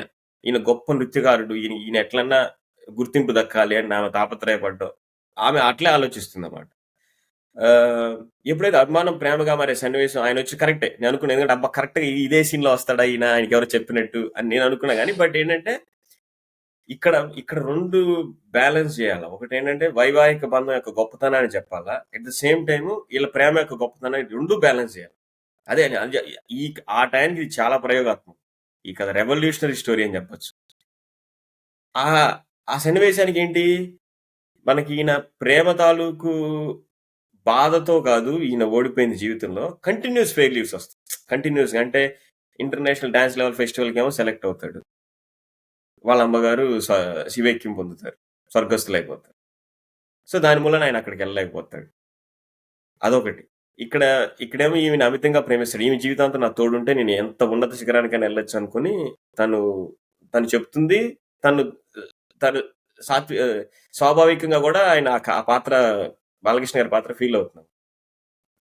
ఎప్పుడైతే ఆమెకి పెళ్లి అయిపోయిందని తెలుస్తాడో ఈయన గుండె ముక్కలైపోతుంది. మనకు ఆ సన్నివేశం, ఎస్పెషల్లీ ఆ షాట్ తీసాడు చూడు, అసలు ఆయనేమో సముద్రం దగ్గర డాన్స్ చేస్తా ఉంటాడు, ఈయన పరిగెత్తుకుంటా వస్తుంది, కరెక్ట్ గా ఈయన వస్తాడు మధ్యలో. ఈయన ఎవడరా మధ్యలో అని అనుకుంటే, అది నువ్వు అన్నట్టు ఇంత మంచి మనుషులు ఉంటారు, ఖచ్చితంగా ఉంటారు.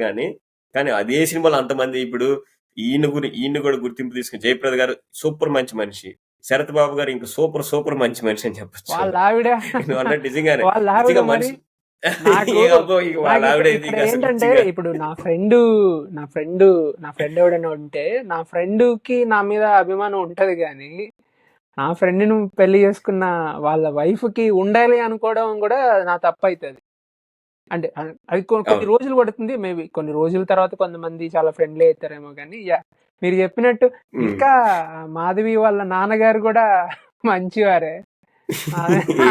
ఇది ఆయనకు ఉద్యోగం లేదు, సద్యోగం లేదు, కానీ చేసుకుంటే లవ్ లో పడింది లేదా ప్రేమలో ప్రేమలో పడే అవకాశం ఉంది లేదా పెళ్లి చేసుకునే అవకాశం ఉంది అంటే బట్ ఇది ఇది నిజంగా ఇది కామన్ థీమ్. అంటే విలన్ ఉంటాడు కానీ విశ్వనాథ్ గారి సినిమాల్లో విలన్ ఉంటాడు, అది చాలా కర్కోటకుల్లాగా ఉంటాడు.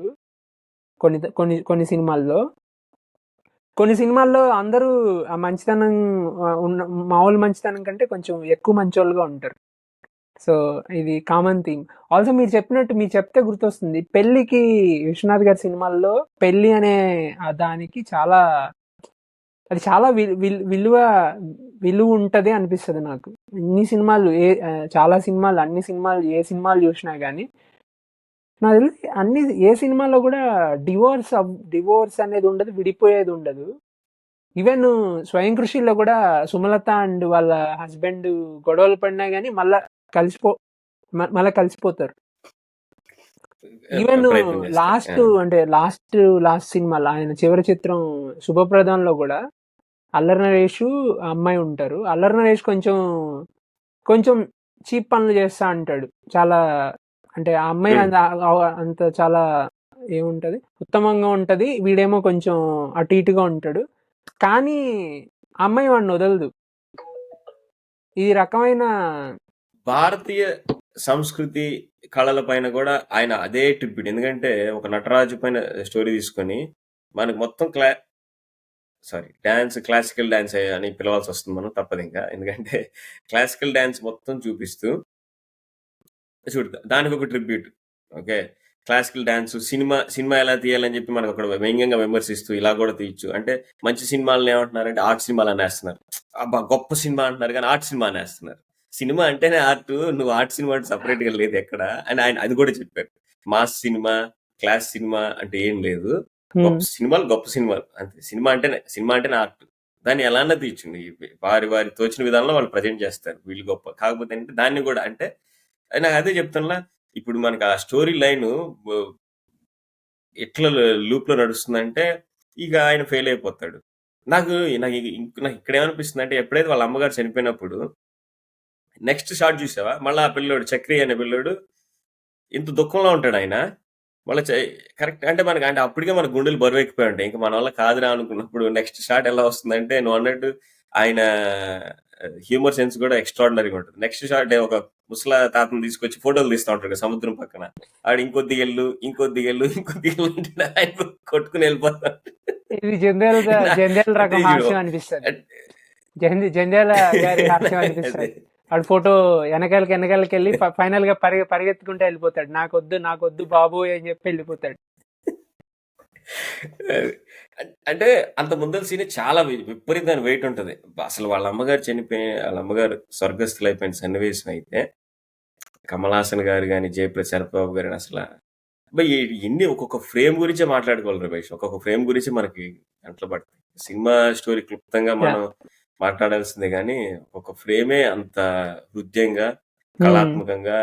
ఎస్పెషల్ నాకు మనకు వస్తుంది కదా, వాగర్ధావివ సంపృక్తో వాగర్ధ ప్రతిపత్త ఏ జగత పితరో వందే పార్వతీ పరమేశ్వరం అని చెప్పి పాట వచ్చినప్పుడు అదే ధీరణ నా సాంగ్ వచ్చినప్పుడు లాస్ట్ లో మోనోలాగ్ వస్తుంది చూసావా, వాళ్ళు చప్పట్లు కొట్టినట్టు వాళ్ళిద్దరు యాక్ట్ చేస్తారు చూసావా, అసలు ఎంత బాగా చేస్తారు మోనోలాగ్ అంటే ఉంటదేమో అనిపిస్తుంది నాకు.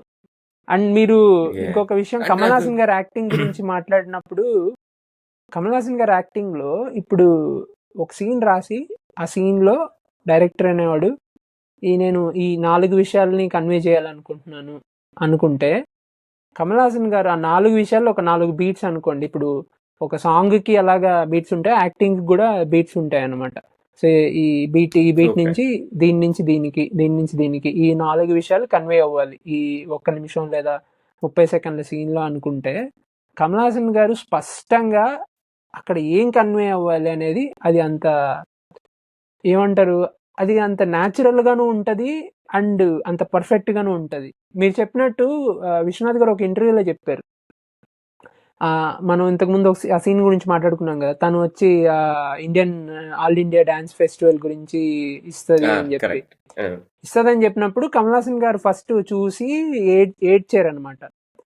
విశ్వనాథ్ గారికి సడన్ గా థాట్ వచ్చిందంట, ఈయన ఇప్పుడు ఎందుకు ఏడుస్తున్నాడు, ఈయన కొంచెం హ్యాపీగా కూడా ఉండాలి కదా, ఈయనకి వచ్చింది అది మంచి విషయం కదా అని చెప్పి ఇక్కడ నుంచి విశ్వనాథ్ గారు లాఫ్ అని చెప్పి ఒక ఇన్స్ట్రక్షన్ చెప్పారంట కెమెరా పక్క నుంచి. సో కమల్ హాసన్ గారు ఆ సీన్ లో చాలా ఆర్గానిక్ గా ఆ ఏడుస్తున్న సీన్ నుంచి అలా వెళ్తూ నవ్వుతారు, సడన్ గా నవ్వి ఆనందాన్ని వ్యక్తపరుస్తారు కదా. సో కమల్ హాసన్ గారు ఇంకా యాక్టింగ్ అంటే ఇంకా మరి అది ఇంకా ఆయన సినిమాలు ముందర సినిమాలు అన్ని పెట్టుకొని చూస్తే ఏ ఒక్క సినిమా పెట్టుకొని చూసినా గానీ, ఈవెన్ మొన్న వచ్చిన ఉత్తమ్ విలన్ అలాంటి సినిమాల్లో కానీ ఆయన డ్రామాని ప్లే చేసే విధానం, ప్రతి బీట్ ని యాక్చువల్ గా అందుకనే ఆయన గొప్ప నటుడు. అందరూ ఆయన ఫాలో అవ్వాలి. మనం నేర్చుకునేదానికి ఆయన టీచర్ లాంటి ఆయన. చెప్పండి, మీరేదో చెప్తున్నారు, నేను బ్రేక్ చేశాను. లేదు అంతే, అదే ఎందుకంటే కమల్ హాసన్ గారి మాటలు ఇక మెయిస్ట్రో గురించి అయితే ఇక చెప్పాల్సిన పని లేదు. మెయిస్ట్రో గురించే ఏం పాటలు అసలు, ఆ సాహిత్యం ఇక వేటూరి గారు, ఇంకా వేటూరి సుందరరామూర్తి గారి గురించి ఏం చెప్తాం మనం, మన స్థాయి సరిపోతుంది. ఇది ఆ సాంగ్ ఉంటది కదా, బావి సాంగ్, నరుడు బతుకున్నటనా నీకెందుకంత తప్పన, అది అదే ఈశ్వరుడి తలుపు గట్ట. అసలు 2 మాటల్లో జీవిత సారాంశం మొత్తం చెప్పేశాడు అబ్బా ఆయన. అదే 2 మొక్కల్లో చెప్పేశాడు ఆయన. అది నరుడి బ్రతుకు నటన, ఈశ్వరుడి తలపు ఘటన, ఈ 2 నట్టనడు, ఈ 2 మధ్యలో నీకెందుకు ఇంత తప్పన. అరే ఏముందిరా ఈ మధ్యలో, ఏం లేదు, నువ్వు ఎట్టనా పోతావు, ఓకే నువ్వు నటిస్తున్నావు నీ జీవితంలో, ఈశ్వరుడు ఆల్రెడీ రాసేసినాడు నీకేంటో, ఈ 2 మధ్యలో ఎందుకు నువ్వు తప్పిస్తావు అని చెప్పి. అదే ఏం చెప్తాను చెప్పు మనం, అసలు మెయిస్ట్రో మ్యూజిక్ అసలు నేను చెప్తున్నా. ఈ సాంగ్ అంటే కొన్ని అంటే అన్ని సాంగులు కొన్ని మనకి కొన్ని మన అర్థం కావు, ఎందుకంటే మన ఆ స్థాయికి మనకి సాహిత్యం లేదు కాబట్టి. అంత గొప్ప సాహిత్యం రాశారు ఆయన, మనమే ఎదగాల, మనం ఆయన్ని నేర్చుకోవడం కోసం మనం ఎదగాల. ఎస్పెషల్లీ ఈ సాంగ్ ఉంటుంది చూడు, చిన్నపిల్లలు కానించి ఇది ఇంకొక 10 కాదు, ఇంకొక 100 సంవత్సరాలు వెళ్ళినా కూడా పాడుకోవచ్చు, అర్థం తెలియకపోయినా కూడా పాడుకోవచ్చు. ఎన్నిసార్లు చూసినా కూడా కమల్ హాసన్ గారి యాక్టింగ్ ఒక పక్క, ఈ విశ్వనాథ్ గారి డైరెక్షన్ ఒక పక్క, మేస్ట్రో ఒక పక్క, వేటూరి గారు ఒక పక్క, అది ఒక్కళ్ళైతే పర్లేదు. ఇక ఇంతమంది ఉన్నత శిఖరాలు ఒక చోట నిలబడితే మనం ఏ శిఖరాన్ని చూడగలం, ఎంత ఎత్తని మనం వెళ్ళగలం. నిజంగా అసలు సంపేశారు అంతే ఇంకా. ఇప్పుడు ఆ పాట అంతా కూడా వేదాంతం ఉంటది.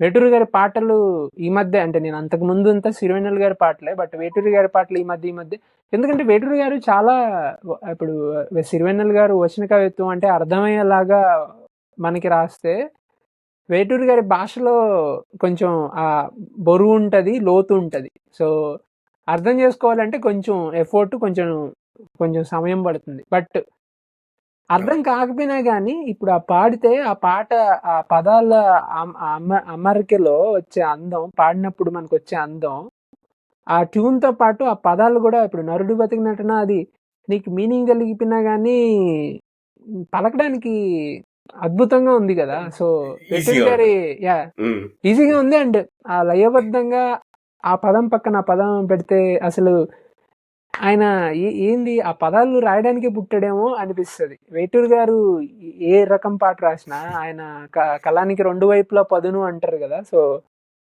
ఇలాంటి మంచి పాట రాయగలడు, ఇంకొక అంటే కమర్షియల్ పాటలు కూడా రాయగలడు. బట్ ఈ పాట మాత్రం హైలైట్. చిన్నప్పటి నుంచి ఇది భయంకరమైన ఫేమస్ సాంగ్ కదా, మామూలుగా వేరే సినిమాల్లో కూడా రిఫరెన్స్ లాగా యూజ్ చేస్తా ఉంటారు.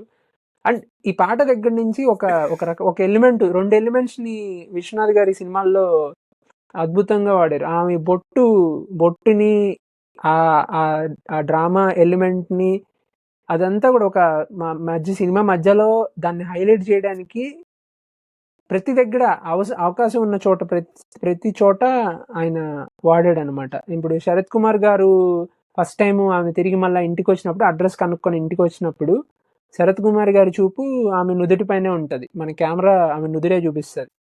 అంటే ఆ నుదురు ఆమెకి భర్త పోవడం అనే విషయం ఈ సినిమా పర్స్పెక్టివ్లో చాలా పెద్ద విషయం అని చెప్పడానికి ఆయన నుదుటి సాయే చూస్తాడు. అండ్ ఆమె వెళ్ళి అక్కడికి వెళ్ళాక ఆ తర్వాత ఆయన అంటే బాలకృష్ణ గారిని చూపించినప్పుడు ఆయన పూజ చేస్తుంటాడు వాళ్ళిద్దరికి అని.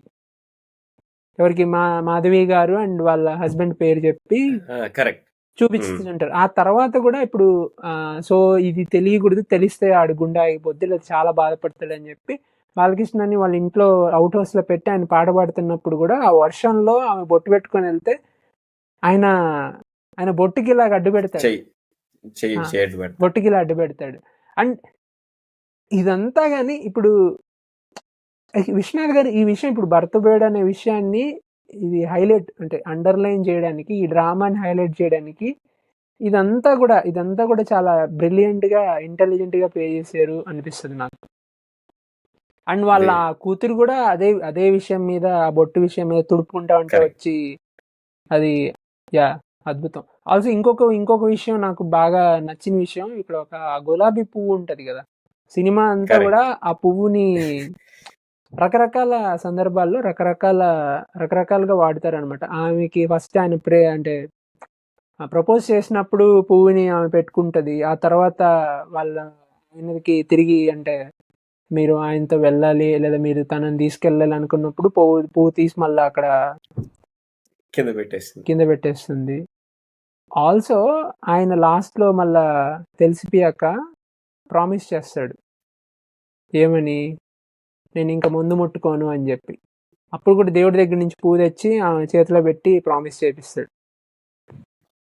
ఆ పువ్వుని చాలా అంటే అదొక రకమైన ఒక క్యారెక్టర్ లాగా భలే వాడారు అనిపించింది. విశ్వనాథ్ గారు కూడా నేను గమనించాను, అని విశ్వనాథ్ గారు కూడా ఒక ఇంటర్వ్యూలో చెప్పారు, నాకు భలే అనిపించింది, నేను కూడా చూసాను అని. లేదు కరెక్ట్, డీటెయిలింగ్ ఉంటుంది చూడు, టు ద కోర్. అంటే ఓకే, నాకు సినిమా నాలెడ్జ్ అంత లేదు కానీ నేను పదే మాట చెప్తాను, బట్ నేర్చుకోవాలని ప్రయత్నం చేస్తున్నాను. కానీ డీటెయిలింగ్ ఉంటుంది చూడు. ఫస్ట్ షాట్లో నువ్వు అన్నట్టు ఆయన ఫస్ట్ టైం ఫోన్ చేసి నిజంగానే మీరు నాతో ఉంటారా అని పెట్టాం, కానీ ఆమె నడిచి వచ్చేప్పుడు ఆమె చుండికి వెనకాల టప్ అని సౌండ్ వస్తుంది. సౌండ్ అంటే చూడు, ఆ సౌండ్ కూడా ఇంత చిన్న విషయాన్ని కూడా ఆయన టప్ అని సౌండ్ రాగానే ఆమె వెనక్కి తిరుగుతుంది అన్నమాట. ఏం సౌండ్ ఎందుకు వచ్చింది చూస్తే అక్కడ ఫ్లవర్ వాజ్ లో పువ్వు పడిపోయి ఉంటుంది. ఆ పువ్వు తీసుకుంటుంది, ఆ పువ్వు తాలూకు ముళ్ళు రోజా పువ్వు కాబట్టి దాని తాలూకు ముళ్ళు ఆమెకి గుచ్చుకుంటాయి. అంటే ఈ విషయం విశ్వనాథ్ గారు అన్నారు అనమాట. నేను అనిపించింది, అబ్బో నేను అనుకున్నానంటే ఓకే ఇది లవ్ కి సింబాలిక్, బట్ ఆయన ఏమన్నారంటే నువ్వు ఒకవేళ ప్రేమగా మారాలనుకుంటే పువ్వే కాదు దాని కింద ముళ్ళు కూడా, అంటే నీకు కష్టాలు కూడా రాబోతున్నాయి దీంతో పాటు అని చెప్పి అనుకున్నా. అసలు ఆ మాట అన్నప్పుడు విశ్వనాథ్ గారు ఏమన్నారు తెలుసా, ఇంత గొప్ప సన్నివేశం తీసిన దర్శకుడిని మనం మెచ్చుకోవాలండి అని చెప్పి ఇట్లాగే అన్నారు అనమాట. అదే ఆయన సెన్స్ ఆఫ్ హ్యూమర్ నాకు అది అనిపించింది, చాలా ముచ్చటగా అనిపించింది నాకు. నిజంగానే బాబు, అసలు నిజంగా డీటెయిలింగ్ మీరు టు ద కోర్.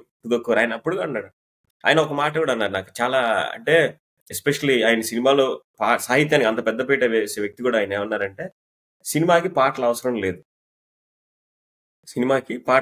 లేదు, కానీ ఎలా అవసరం అంటే ఆ సన్నివేశం యొక్క గాఢతను పెంచేలాగా ఒక సాహిత్యం ఉంటే సరిపోదు. అది నువ్వు పాట అనుకో, కవిత్వం అనుకో, పద్యం అనుకో, ఏమన్నా అనుకో.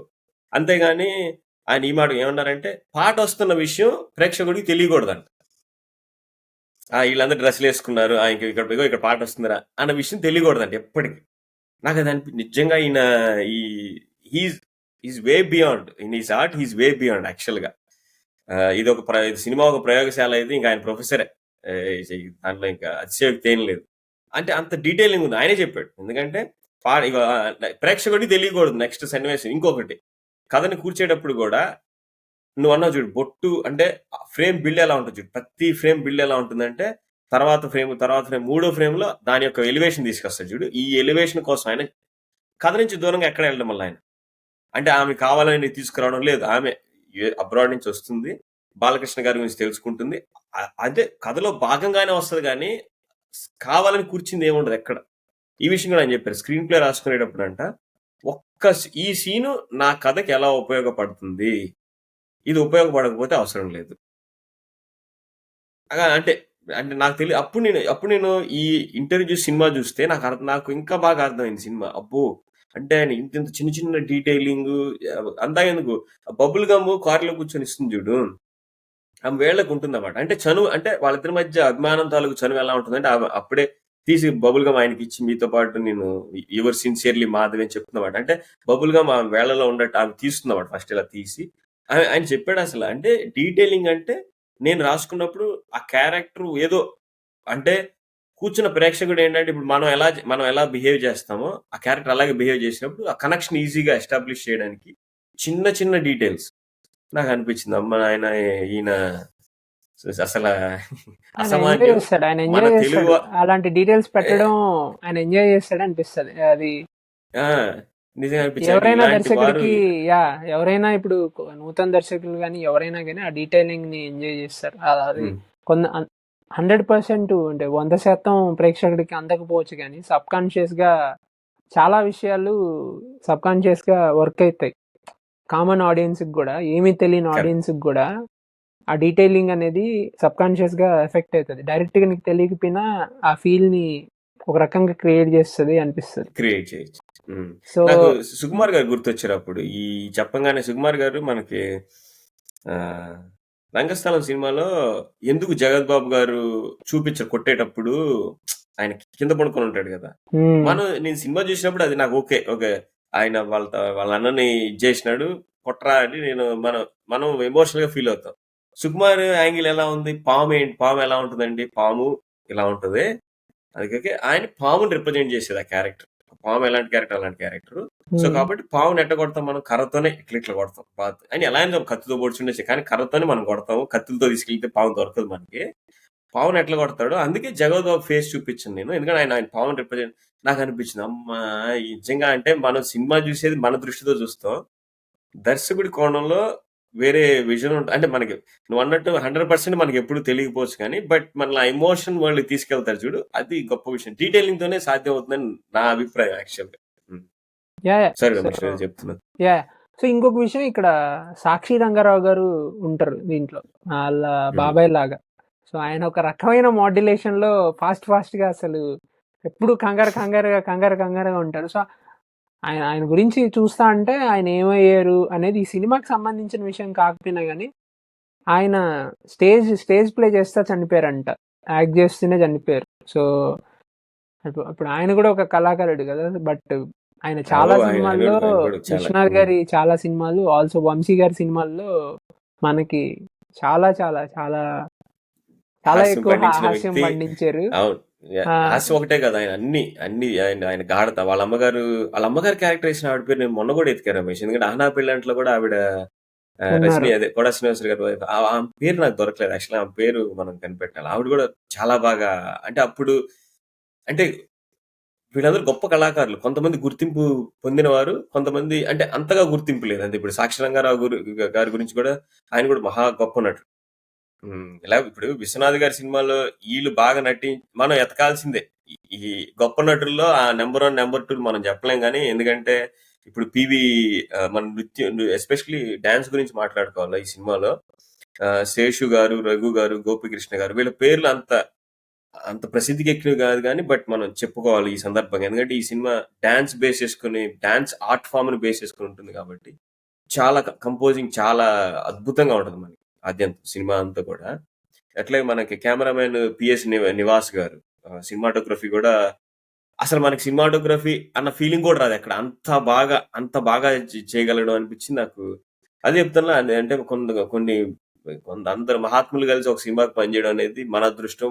వాళ్ళందరిలో ముఖ్యంగా మెజారిటీ వాళ్ళు తెలుగు వాళ్ళు అవడం ఇంకా మన పరమ అదృష్టం. ఎందుకంటే ఇదే సినిమా హిందీలో చూస్తే మనకు అంత భావోద్వేగం కలిగి ఉండకపోవచ్చు, కానీ మన తెలుగు అవడం మూలన, అది మన మాతృభాష అవడం మూలన మన అదృష్టం. ఇలాంటి వాళ్ళు మన తెలుగు సినిమాకి రావడం మన అదృష్టం. మనకి అంపేరు డబ్బింగ్ జానకి అంపేరు. సో చూసాను ఇప్పుడే డబ్బింగ్ జానకి అంటారంట. మరి ఆ, ముందర డబ్బింగ్ చెప్పారేమో. బట్ మీరు ఇంకో విషయం ఏమన్నారంటే తెలుగు వాళ్ళు అంటున్నారు కదా, తెలుగులో ఎవరు సినిమా తీసినా వాళ్ళు తెలుగు వాళ్ళు అయిపోతారు. సో మనం వాళ్ళని ఓన్ చేసేసుకుంటాం. వాళ్ళు ఏ లాంగ్వేజ్ Yeah. అయినా కానీ, కమల్ హాసన్ గారైనా, మణిరత్నం గారైనా, ఇళయరాజా గారైనా, ఆ, వాళ్ళు అంటే తమిళ వాళ్ళు వాళ్ళని చెప్పుకున్నా కానీ మనకి కూడా మన వాళ్ళే వాళ్ళు. సో మన సినిమాలకి పనిచేసారు, Yeah. మనకి అద్భుతమైన చిత్రాలు ఇచ్చారు కాబట్టి. So Yeah. యా వాళ్ళు మనోళ్ళలాగే మనం ఫీల్ అవ్వచ్చు, తప్పులేదు. ఆఫ్ కోర్స్ సినిమాకి భాషా పరిధి ఏమని చెప్పు, భాషా పరిధి లేదా ప్రాంతీయ పరిధి అంటే ఏం లేవు. అఫ్ కోర్స్ మన సినిమా స్లేట్ ముఖ్య ఉద్దేశం అదే. ఎందుకంటే ప్రాంతంతో సంబంధం లేకుండా, భాషతో సంబంధం లేకుండా అన్ని సినిమాలు తీసుకురావడమే మన పోడ్కాస్ట్ ముఖ్య ఉద్దేశం కాబట్టి. కాకపోతే ఏంటంటే ఎంత లేదన్నా ఒక చిన్న ఆనందం, కొద్దిగా ఆనందంతో కూడిన గర్వం కూడా ఉంటది కదా. ఓకే, విశ్వనాథ్ గారు మన తెలుగు వారు, అందుకని నేను ప్రస్తావించిన. బట్ ఓకే, మన తెలుగు వారు అంటాం కంటే కూడా ఆయన ఒక సినిమా వారు అని చెప్పొచ్చు. ఎందుకంటే ఆయన సినిమాలు మనకే కాదు, హిందీలో బాగా ప్రసిద్ధికి ఎక్కినాయి, మలయాళము, తమిళం, శంకరాభరణం సినిమా, ఏం చెప్తాం ఇంక మనం. ఇక ఇవన్నీ ఏం చెప్పాలి, కళామ్మ తల్లి కంఠంలో ఆభరణాలని చెప్పాలా, అంతే. సినిమా ఉన్నంత వరకు, ఈ చరిత్ర ఉన్నంత వరకు ఇవి ఈ అజరామరం. ఆయన కళ, ఆయన తీసింది 53 సినిమాలు 1960లో, 51 అనుకుంటాను. 51 అనుకుంటా. ఓకే, నాకు ఎగ్జాక్ట్ గా తెలియదు. 50 అదేలే, 50 పైచిలుగా. బట్ ఆయన ఎప్పుడో స్టార్ట్ చేశారు కదా, 1960లో అనుకుంటా ఆయన స్టార్ట్ చేసింది. కరెక్ట్. యాక్చువల్ గా మనకి ఏంటంటే విశ్వనాథ్ గారి సినిమాల్లో లాస్ట్ 15 ఫిలిమ్స్ లేదా లాస్ట్ 20 ఫిలిమ్స్ మాత్రం చాలా, అంటే మన జనరేషన్ కి చాలా బాగా తెలుసు. దానికి ముందు ఆయన ఒక 30 ఫిలిమ్స్ చేశారు. అవి తక్కువ, అంటే కొన్ని చూసింటాను నేను. శారద అని ఒక సినిమా ఉంది, అది చూసాను నేను. అండ్ అవన్నీ కూడా వేరే జోనర్, అంటే కొన్ని అన్ని కళల మీద కాకుండా కొన్ని వేరే. ఈ ఆపద్ బాంధవుడు ఇవన్నీ కూడా మనకు తెలుసు, కానీ ఆపద్ బాంధవుడు, స్వయం కృషి, శృతిలయలు, సూత్రధారులు, ఇవన్నీ తెలుసు మనకి. సప్తపది, శంకరాభరణం, ఇవన్నీ మనకు తెలుసు. కానీ ఆ శంకరాభరణంకి ముందు ఆయన చాలా సినిమాలు చేస్తున్నారు. సో మనం యాక్చువల్ గా అవి ఒకసారి ఎక్స్ప్లోర్ చేసి వాటిల్లో ఏదైనా సినిమాని మనం చేయాలి పాడ్ లో, నాకు తెలిసి. సో మాట్లాడుకుంటాం. సో క్లైమాక్స్ సీన్ కి వస్తే, క్లైమాక్స్ సీన్ లో ఆయన ఇప్పుడు డాన్స్ నేర్పించి ఆయన ఏం చెప్తాడంటే, ఆమె చెప్తాది, నేను చచ్చిపోయినా నాకు కళ ఉండాలి అనేది.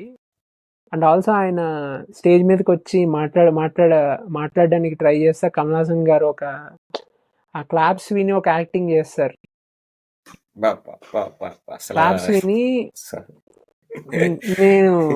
క్లాప్స్ విని యాక్టింగ్ చేస్తారు. అండ్ ఆ తర్వాత కూడా తను అద్భుతంగా డాన్స్ చేస్తుంటారు. శైలజ గారు చేస్తా ఉంటే తను ఒకసారి జయప్రద అంటే మాధవి క్యారెక్టర్స్ అవి చూసి, ఆ తర్వాత శరత్ బాబుని చూస్తూ ఆనందంలో ఆ శరత్ బాబు చేయి మీద పనుకుంటారు. అప్పుడు మీరు చెప్పినట్టు ఆ డైలాగ్, ఆ 4 ఒక పద్యం వస్తుంది కదా,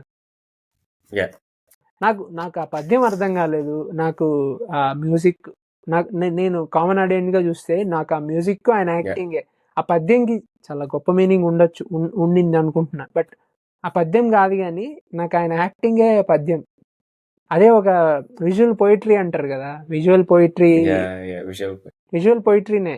అక్కడ ఆ 4 లైన్ల పద్యం ఎంత గట్టి వాల్యూ ఉందో, అక్కడ కమల్ హాసన్ ఒక 30 సెకండ్స్ ఆ పర్ఫార్మెన్స్ అనేది జయప్రద గారి సాయి చూసి, అంటే చూడు నేను చేశాను, నా కళని ఈ విధంగా ఇచ్చాను అని చెప్పి, నీకు కావాల్సింది అని చెప్పి, తర్వాత శరత్ బాబు గారి సాయి చూసి, అండ్ తర్వాత అంటే తను అంటే చనిపోతారు. సందర్భం వచ్చింది కాబట్టి ఆ సీన్ నువ్వు చెప్పినట్టు it's a visual poetry, very well put together. Actual మంచి పదం ఆడావు.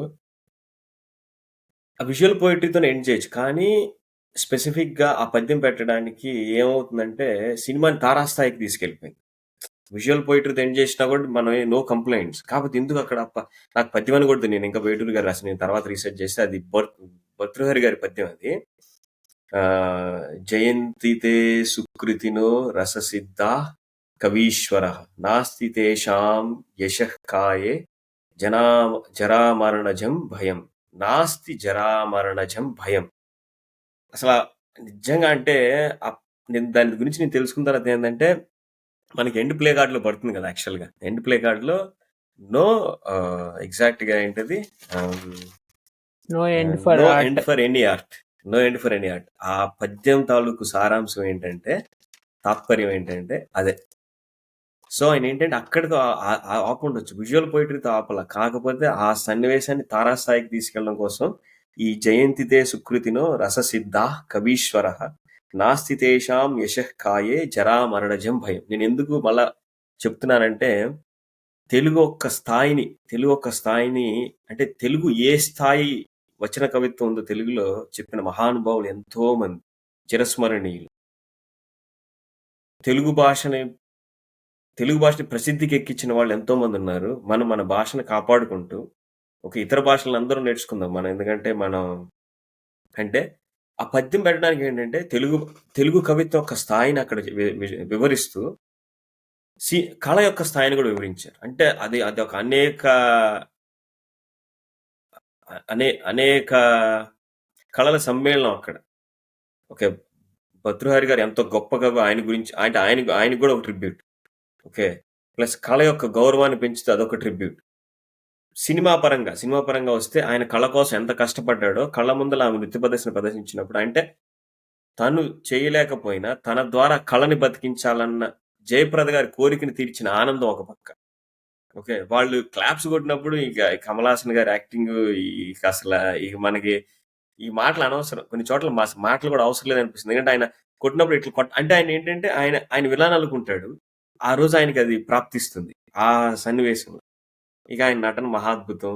ఒక పక్క ఆ పాట కూడా అసలు నిజంగా వేటూరు గారు ఆ పాట రాస్తారు చూడు. యాక్చువల్ గా అదేంటిది, నాదం అణువణువున జీవన వేదం. అంటే అసలు చూడు, అంటే సృష్టి మూలాల గురించి మాట్లాడతారు ఆయన. అంటే శబ్దం నుంచే మనం అంతా పుట్టాం కదా, ఆ మూలాలు ఆ పాటలో మాట్లాడుతూ అసలు సాగర సంగమం గురించి మాట్లాడతాడు ఆయన. అంటే ఈ ముగ్గురు కళాకారులు ఫైనల్ గా మహాసముద్రమైన కళలో సంగమించడమే సాగర సంగమం అని చెప్పి ఎండ్ చేసి భర్తృహరి గారి పద్యం. అసలు ఇంకా you can't expect a better ending than this అనిపిస్తుంది. అంటే సినిమాకి ఇంకా ఆ పాట వస్తూ ఉంటే వాళ్ళు ముగ్గురు వెళ్తారు, వాళ్ళ ముగ్గురే ఒంటరిగా వెళ్తారు. నువ్వు గమనిస్తే ఈయన శివైక్యం పొందిన తర్వాత, స్వర్గస్థులు అయిపోయిన తర్వాత వాళ్ళు ముగ్గురే వెళ్తా ఉంటారు. వెనక్కిపోయినప్పుడు మనకి అప్పుడు no art no end for any art. No end for any art పడుతుంది చూడు. There is no end for any art. ఆ పద్యం ఇది అసలు విశ్వనాథ్ గారి పాదాలకు నమస్కరించాల్సిందే మనం. ఇంకా ఆయన ఎట్లా ఆ థాట్ ప్రాసెస్ ఎలా నడిచిందో నాకు తెలియదు కానీ, ఓకే ఇప్పుడు మనం మాట్లాడుకుంటే దాన్ని సులువుగా మాటలో చెప్పచ్చు, కానీ కొన్ని అనిర్వచనీయం. సో గొప్పగా పడి అసలు. సో నేను నా చివరి మాటలు చెప్తాను, తర్వాత మీరు ఇంకా ఏమన్నా విషయాలు ఉంటే చెప్పి ముగించవచ్చు. సో ఈ మధ్య ఒక సినిమా వచ్చింది, మోహన్ కృష్ణ ఇంద్రగంటి గారి సినిమా ఒకటి, అమ్మాయి గురించి మీకు చెప్పాలని, సుధీర్ బాబు గారు యాక్ట్ చేశారు. దాంట్లో ఒక అంటే నేను కథని రివీల్ చేయను, దాంట్లో ఆ అమ్మాయి హీరోయిన్ అవ్వాలనుకుంటది. ఆ అమ్మాయి ఒక మాట చెప్తుంది, నా కళ్ళని చంపుకుంటే నన్ను నేను చంపుకున్నట్టే అని చెప్తాది. నా కళ్ళని నేను చంపుకుంటే నన్ను నేను చంపుకున్నట్టే అని ఉంటుంది. సో నాకు ఆ డైలాగ్ విన్నప్పుడు, ఆ సినిమా చూసినప్పుడు నేను అంత పెద్ద గొప్ప కళాకారుని కాకపోయినా అవడానికి ట్రై చేస్తున్నా కదా, సో నాకు చాలా కనెక్ట్ అయింది.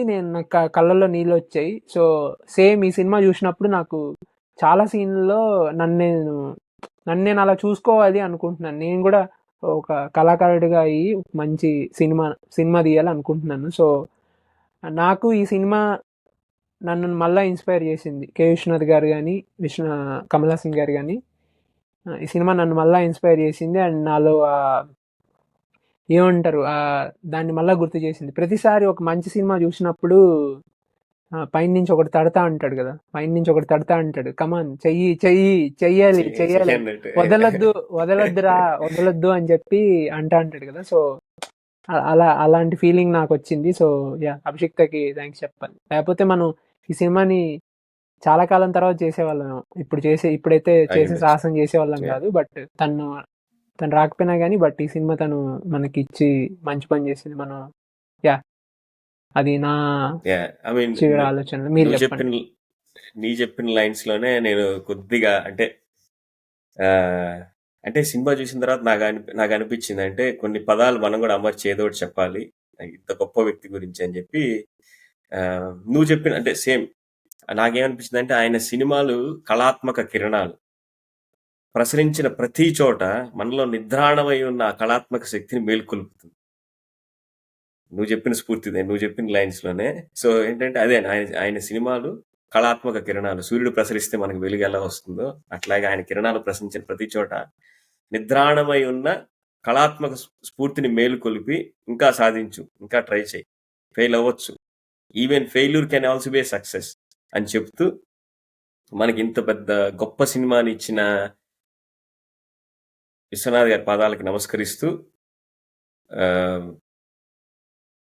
మనం దీన్ని ఇక్కడ కన్క్లూడ్ చేద్దాం. చిన్న విజ్ఞప్తి, వీలైతే సబ్స్క్రైబ్ చేసుకోండి. సబ్స్క్రైబ్ ఒకవేళ వీలు కాని పక్షంలో షేర్ చేయండి మీ ఫ్రెండ్స్తో. ఒకవేళ మా వీడియోని షేర్ చేయకపోయినా విశ్వనాథ్ గారి సినిమాల గురించి షేర్ చేయండి.